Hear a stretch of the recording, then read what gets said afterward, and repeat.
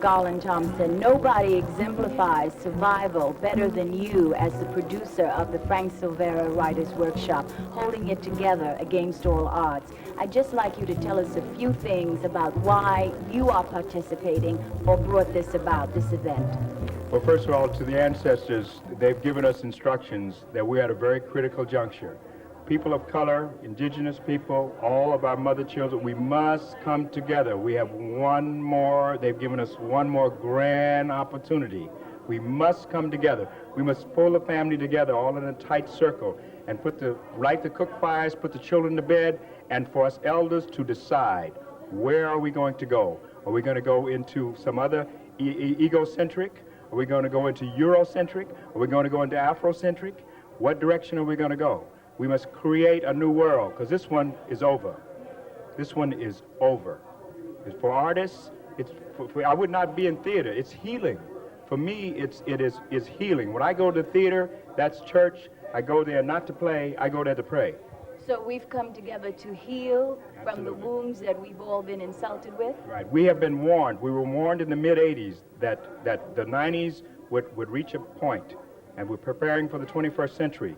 We're given this opportunity to gather all the family together in a very tight group.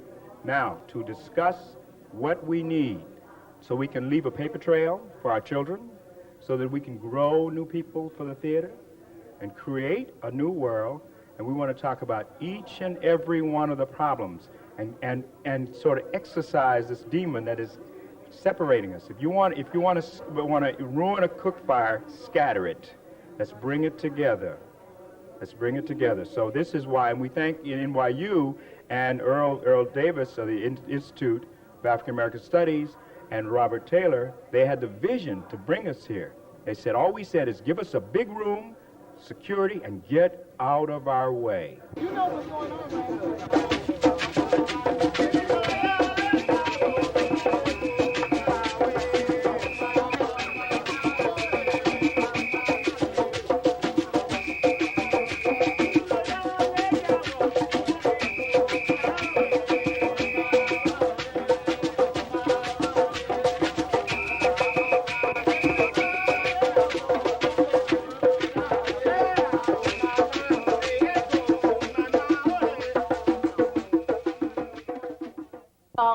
The spirits say that we should be here. But what I'm trying to ask you is, has everything been going smoothly for you? Did you have any problems? I mean, I know of the struggle that it involves black theater and those who participate in it from whatever end. I just want to know, was it smooth for you, or was this a bit of a struggle? I mean, did the university, were they open to your idea at all in the beginning, or did it ever change? They had no idea what we were going to do.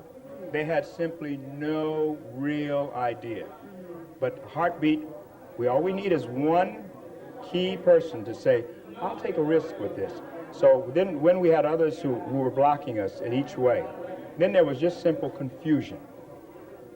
Within the last 3 weeks, we were dealing with a whole breakdown in communication it had nothing to do with anything but the university simply operate on they're very linear. And we operate in a different world, in a different mode.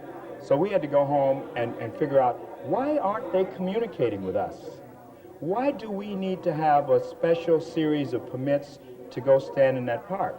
Why can't we stay in that building past 5 o'clock? So we're trying to get past a series of rules and regulations within academia, but we must do this. We have to do this.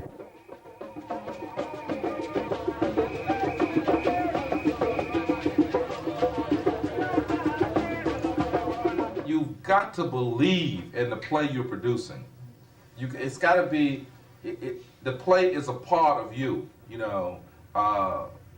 Like almost any play that's produced on Broadway, especially off-Broadway by black people, or these people who run non-commercial theaters.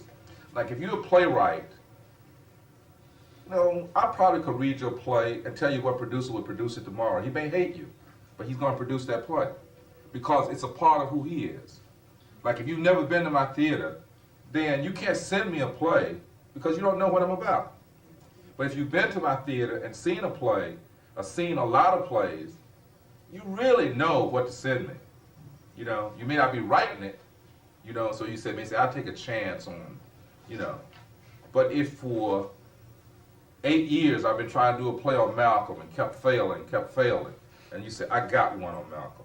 Well, if for 8 years you've been saying, this guy's really been trying to do a play about jazz music, and he keeps failing, but I got one, you know? Then no matter what I feel, I'm going to hold that play, I'm going to look at it, I'm going to meet with you and try and shape it differently. I'm going to try everything because that's what I'm about. It's about my growing up from childhood into adulthood and those things that affected me in life. And those are the same things that affect me in producing. What we must have, folks, to work in the theater is an ism, something to believe in. We can be communism, we can be nationalism, radicalism, Africanism. It does not matter, but you've got to believe in something. We were asked the question, and now we're going to spend the next 3 days in consultation with the Spirit and with our family to see if we can resolve. We've got to resolve this problem. We cannot go another step into prepare for the 21st. This is the most exciting time. Late Larry Neal, bless his heart, he's on the other side.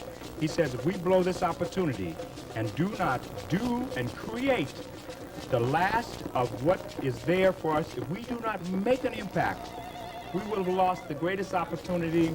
There will not be another opportunity for us. What do you think will come out of this conference? Do you see anything we can give the lip service and say, we know what it's going to take to bring us together?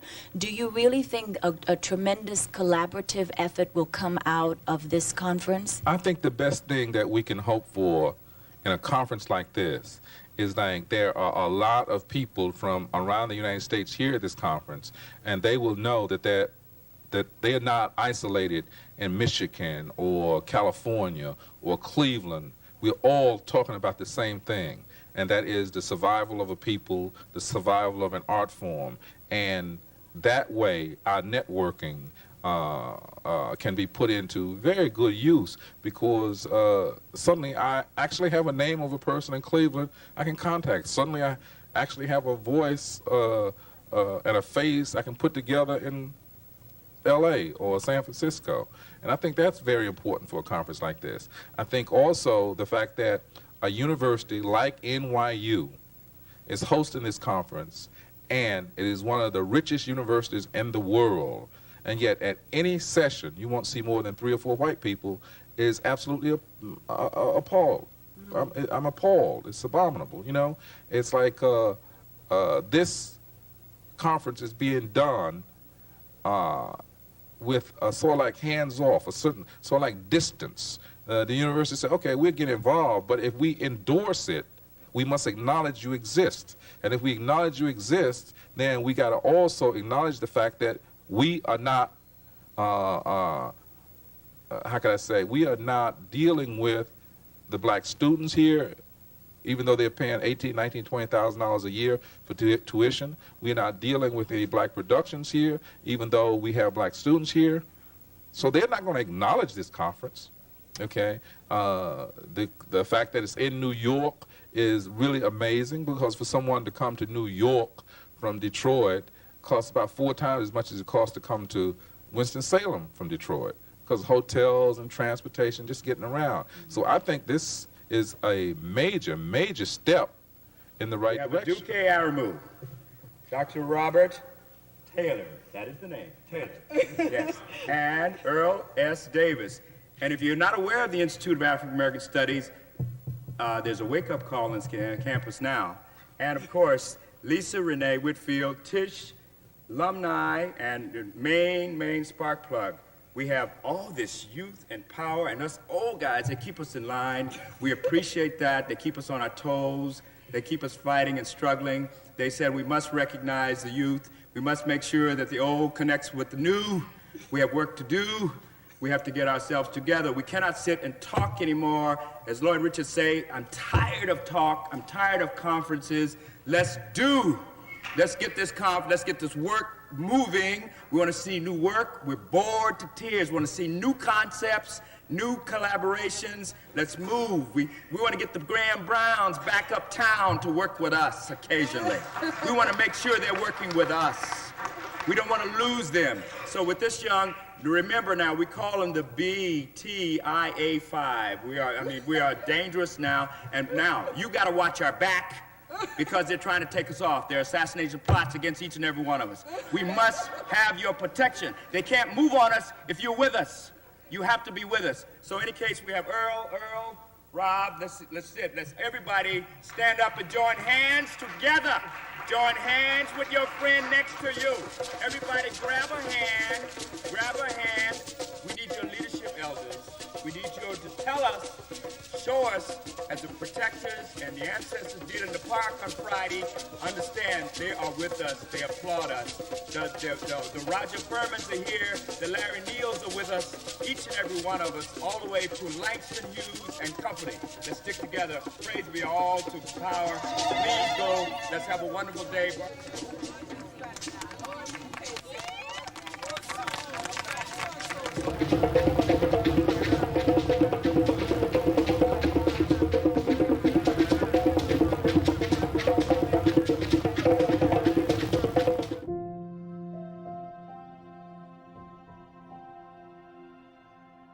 Thank you.